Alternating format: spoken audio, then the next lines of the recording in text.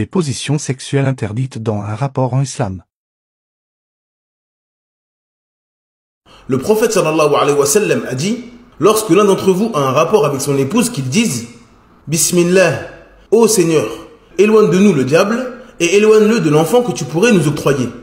Si un enfant venait à naître de cette union, Shaitan ne l'uniera pas et n'aura aucun pouvoir sur lui. Les interdictions dans les rapports sexuels. La sodomie. D'après Abu Hurairah radhiyallahu anhu, le prophète sallallahu alayhi wa sallam a dit maudit soit celui qui pratique la sodomie avec son épouse. Le rapport sexuel durant les menstrues et les lochis.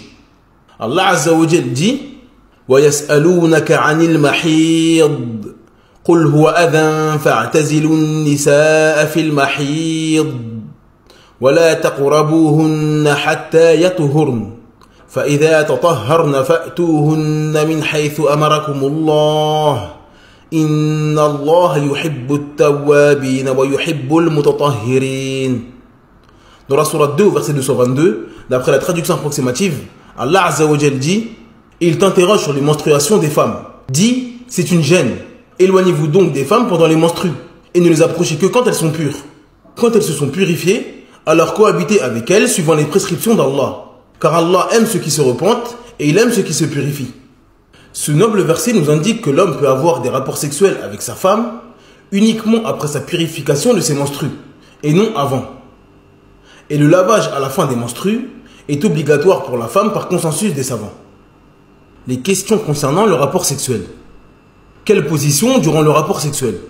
Allah Azza wa Jal dit نساؤكم حرث لكم فأتوا حرثكم أنا شئتم وقدموا لأنفسكم واتقوا الله واعلموا أنكم ملاقوه وبشر المؤمنين.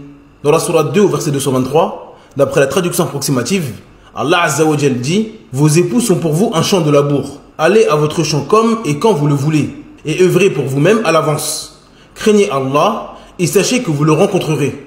Ce noble hadith nous indique qu'il n'y a pas de position préférentielle à avoir durant le rapport sexuel. Il est permis aux époux d'avoir un rapport sexuel dans la position de leur choix, tant qu'il n'y a pas une pratique interdite, comme la sodomie. Les préliminaires. Le musulman doit impérativement savoir que l'origine dans les préliminaires est la permission. C'est-à-dire qu'il est permis de faire absolument tout ce que les époux désirent en matière de préliminaires et rapports sexuels, sauf ce qui a été clairement interdit par la législation. Il est permis à l'homme de regarder sa femme ainsi que son sexe, tout comme il est permis à la femme de regarder son époux ainsi que son sexe. Il est permis pour eux de s'embrasser et de se toucher le sexe. L'imam Ibn al-Abidin a dit Abu Yusuf questionna l'imam Abu Hanifa pour savoir s'il voyait un mal dans le fait qu'un homme masturbe son épouse et qu'une femme masturbe son époux. L'imam Abu Hanifa répondit non, j'ai l'espoir qu'il soit récompensé pour cela. Fin de citation. La fellation et le cunnilingus. Comme nous l'avons dit précédemment, l'origine dans les préliminaires est la permission. Celui qui vient interdire une chose dans les rapports sexuels ou les préliminaires doit venir avec une preuve claire. Cependant, les savants ont divergé concernant la fellation et le cunnilingus. Certains savants ont interdit ces pratiques de manière formelle, et ils se sont argumentés de plusieurs choses. Ils ont dit que cela était une imitation des mécréants, et d'autres ont même dit qu'il s'agissait d'une imitation des animaux. Ils se sont également argumentés du mavi. Le mavi est un liquide qui sort du sexe durant l'excitation. Ce liquide est considéré en islam comme étant impur. Ces savants ont donc dit comment un musulman ou une musulmane peut mettre sa bouche dans un endroit où il y a de potentielles impuretés qui peuvent y sortir, alors que la législation nous a ordonné de nous éloigner des impuretés. D'autres savants ont autorisé ces pratiques de manière absolue. Ils sont restés à l'origine de la permission des préliminaires. Et ils ont dit qu'il n'y avait aucune preuve claire sur l'interdiction de cela. Ahmed Zainuddin Al-Fanani a dit il est permis pour l'époux de jouir totalement de son épouse, à l'exception de l'anus. Et il lui est même permis de lécher son clitoris. Fin de citation. D'autres savants ont voulu regrouper les deux premiers avis.